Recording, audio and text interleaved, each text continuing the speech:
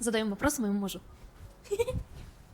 Кстати, мы изначально говорили на английском, потом я подтянула свой азербайджанский, теперь мы больше общаемся на азербайджанском, а еще он учит русский, поэтому иногда мы еще говорим по-русски, но на этом интервью я буду говорить по-русски, а он будет говорить на том языке, на котором ему комфортно.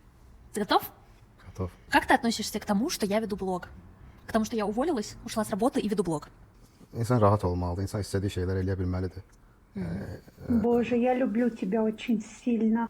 İstədiyin şey budursa, əgər eləmək istədiyin şey budursa və mənim üçün böyük bir problem deyilsə bu, bunu rahatlıqla eləyə bilməlisən. Və mən sənin mane olmalı deyiləm. Əgər mane oluramsa, onsuz da sənə uyğun biri deyiləm. Və sən mənə uyğun biri deyilsən. Yes. Yəni, belə bir problemimiz olmadığı üçün bunu rahatlıqla həll eləyə bilmişik deyə düşünürəm. Və əvvəldən biz bunları danışmışıq. Это правда, мы все Да. обсудили еще до свадьбы, до помолвки и так далее. Nəyi necə eləmək lazımdırsa, nə istəyirik, nə eləmək istəyirik, nə eləmək istəmirik, qarşımızdakindən nəyi görmək istəmirik. Biz bunları danışmışıq deyə bloqu da danışmışdıq. Necə olmasını istəmərəm, bunları da danışmışdıq. Necə olması mənim üçün problem olmaz, bunları da danışmışıq. Və sadəcə problem olmaz da deyil, eyni zamanda mən sənin yanında olmalıyam. Yanında deyiləmsə o zaman bu münasibət nəyə lazımdır?